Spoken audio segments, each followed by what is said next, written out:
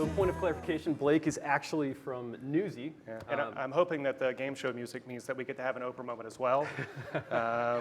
Hopefully it was a really good prize. I didn't get to see, so. Yep. So my name is Kevin Sham. I am the Director of Mobile Operations at SpotX. We are a video SSP, which means that we help publishers and broadcasters monetize their content with our platform. My name is Blake Sabatinelli. I'm the General Manager of Newsy. We're an over-the-top, millennial-focused news company. We're also a wholly owned subsidiary of the EW Scripps company, so we're a startup within a large legacy media organization, much like Joy was just speaking about. So we are here today to have a discussion about connected TV. And to kind of frame that discussion, just wanted to define that in the way that we define it at SpotX. So connected TV for us is a platform that either is a TV directly connected to the internet or potentially a set-top box, something like a Roku, an Apple TV, or potentially a gaming console. So we see some pretty massive changes in the way that viewers are ingesting content from initially, think back 20 years ago, the way that people were watching news on evening programs from their local affiliates, all the way up through cable distribution to mobile and tablets. Now we're seeing a pretty big shift over into connected television devices. A recent stat that came out last year from Nielsen is that 50% of US households have some kind of connected TV device. So again, that could be either a smart TV or a set-top box. So with that in mind, Blake, how have you guys evolved your content distribution strategy for the way that viewers are now ingesting content? Greatly. Simply put, the app ecosystem and the connected TV ecosystem for us has allowed for the democratization of content creation. That's not a new thing. That's not a new concept. Netflix came along way before that and solved that problem for us. But app creation on platforms like Roku and Apple TV and others has really allowed us to kind of disrupt the entire medium for news creation and news consumption. The entire thought behind appointment viewing of news is gone. It's out the window. It's done. It has been done for a long time. But this was really the straw that broke the camel's back. And by being able to create these apps and be available on platforms like Sling or Roku, we can have people tune in when they want, how they want. They can watch linear. They can watch on demand. And they're not beholden to 23 and a half hours of shit on cable news.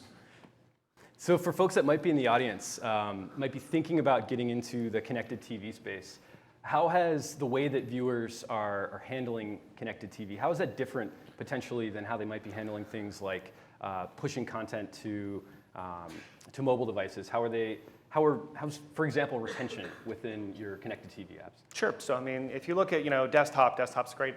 Desktop's a great marketing platform for us. You come in, you have someone from Facebook or search. They come in, it's a one and done or two and done kind of scenario. You have someone coming into our mobile app, they'll spend 6, 7, 8 minutes if you have a really dedicated user. But when you have someone come into your Roku app or your Apple TV app and they're spending 35 minutes a day, it's a huge shift in what we expected in these platforms to really be. You no longer have people that are coming in and pecking for news. They're watching an entire newscast. It's a whole different medium.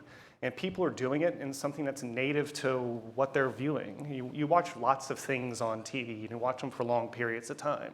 So it's no surprise to say that people who are watching a news app on a connected TV are going to sit back and watch 30 minutes at a time. Just like they're going to watch 17 hours of Orange is the New Black or anything like that. So you're getting people that are watching for a full 30 minutes of time. How are you guys developing that content for 30 minutes? Is it linear? Yep. Is it program-based where people are selecting on the fly from the application? How's that working for you? So we have a myriad of different options available to us. So we create everything on demand to start off with. That goes out to our various channels, and we create native pieces of content for each different distribution method. But when it comes to OTT specifically and connected TV, we take the 30 to 50 pieces of content we're creating in a day, and so someone can either come in and hunt and peck on our connected TV apps. They can watch what gets queued up to them when they come in, or they can go to a platform like Pluto or Sling or a million of the other distribution deals that we're signing and watch linear, because there's still a huge number of people who just want to be told what to watch, not have to hunt and pack. They just want to watch the news, so they turn it on. And so there's a million different ways to do it, but it all starts with creating that one single piece of 90-second video. And from a monetization standpoint, how are things different for you guys in CTV, or what are some of the trends that you're seeing that are happening there? Well, there's one thing that we really know, and that we're really trying to be aware of. Advertisers like large screens. This is not a surprise to anybody. So we're really doing everything we can to steal mind share away from traditional television. You have a medium that provides high viewability, that provides incredibly high completion rates for pre-roll advertising or mid-roll advertising in a lot of cases for us. And it's an opportunity to capture someone's eyeballs and really get them sucked in and get their attention. And it's something that you can't necessarily do on mobile, or something you can't necessarily do on desktop, but they might be distracted or flipping around tabs or waiting for something else. In this case, they're a lot of times sitting on their couch, watching television, and there's a large ad playing in front of them. So we're doing everything we can to cater to that advertiser and make sure that experience is as solid as possible for our users. And in terms of sales, if you think back to news, again, I'm going to go back 20 years ago, you think about people pre-booking media, sometimes weeks, even months in advance. How are you guys handling that now? Why do that when I can just do it all on a computer? Through partnerships like we have with SpotX, we're able to open up all of our inventory real time to be bid on, whether it's linear or on demand. And it just gives people the ability, the granularity to come in and buy what they're really wanting to buy at the time they're wanting to buy it. At a price that's competitive for a device that's incredibly compelling and good for the advertiser and the consumer as well. So it's a huge shift to think about the difference between the old Nielsen selling days, where you go and you get your book from sweeps and you try to justify your rate based on a sample of 400 people in a market. Well, why do that when we can go license data from companies, get 14 to 20,000 people in a metro, figure out exactly who's watching, when they're watching by the minute, and set up private marketplaces for advertisers so they can come in and advertise on our platforms to get exactly who they want, when they want, and how they want it. So it's a totally different ball game. So you guys are selling private marketplaces real time to the audience. What do you see as the future in terms of any additional insight that you might have into how things are going to look in the next, say, 3 to 5 years in connected television? You're just going to continue to see more data come available. Right now it's a little bit of a black box coming in and out of Roku and other platforms. We can get some relatively granular data back on our users, but it's not necessarily the data that your traditional DSPs would be looking for. They're looking for a little bit more information. Right now we can tell them where they are and potentially who they are through some approximation, but that's about it. So I think in the next 3 to 5 years, you're going to continue to see additional information and data come online, which will be beneficial for publishers and for the users, because we'll be able to raise our rates up, because we'll be able to target better, and we'll be able to give more catered and targeted advertising to our users. So I think it'll be a win-win for both, but data is going to be the key to everything. Just like we said with mobile and desktop and everything else over the last 10 to 15 years, it'll eventually make it to the big screen, and we'll have the data that we need. All right, good to hear. So I guess we should open it up to some questions from the audience. Perhaps.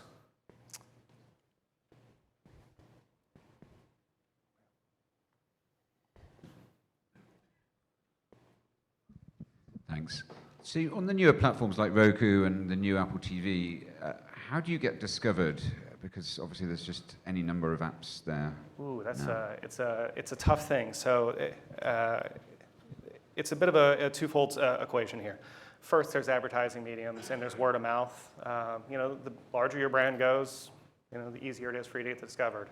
I also do believe that these platforms, whether they're Roku, Apple TV, Sling, the next-gen MVPDs, whatever you want to call them, they're a walled ecosystem. And they're not walled in the same sense that cable was, 10 years ago, 15 years ago.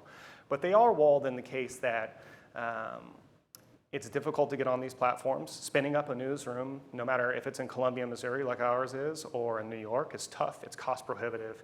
Having a good news team is hard.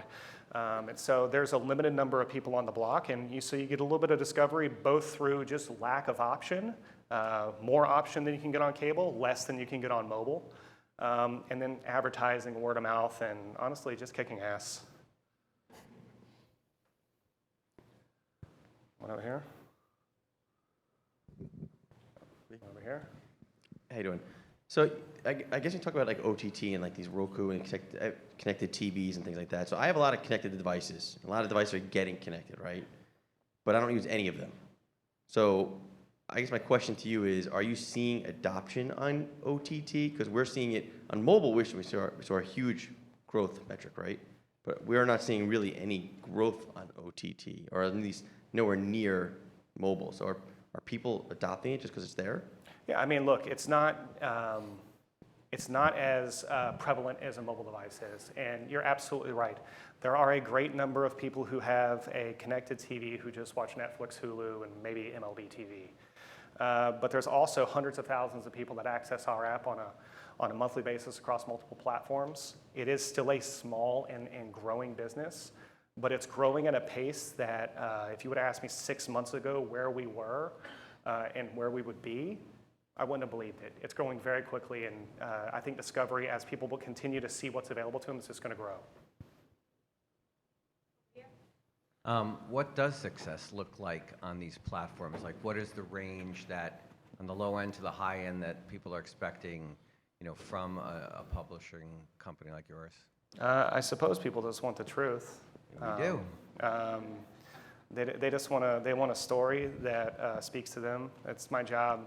My job is to make sure that people see the work that my journalists do, and that we take them places and show them things. And so, KPIs can be different on every platform, but more than anything, people watching and not sending me terrible hate mail.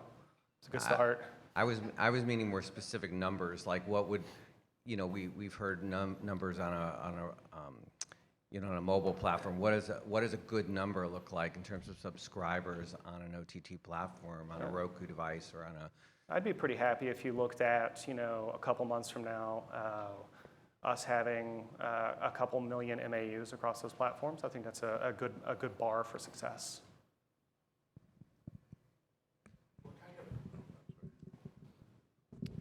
What kind of reporting metrics do you have from the advertiser side? So I know, it's usually monitored on a pre-roll type basis, so impressions and clicks. Are we doing anything with reach and frequency like the broadcasters we're looking for? Where are we on that level?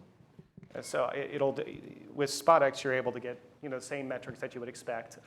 We'll make a transition over to a different ad server here soon enough that'll allow us to do frequency capping and impression capping and all that fun stuff. So I would expect that you'll find a lot of people in the space will be moving towards that kind of metric here sooner rather than later.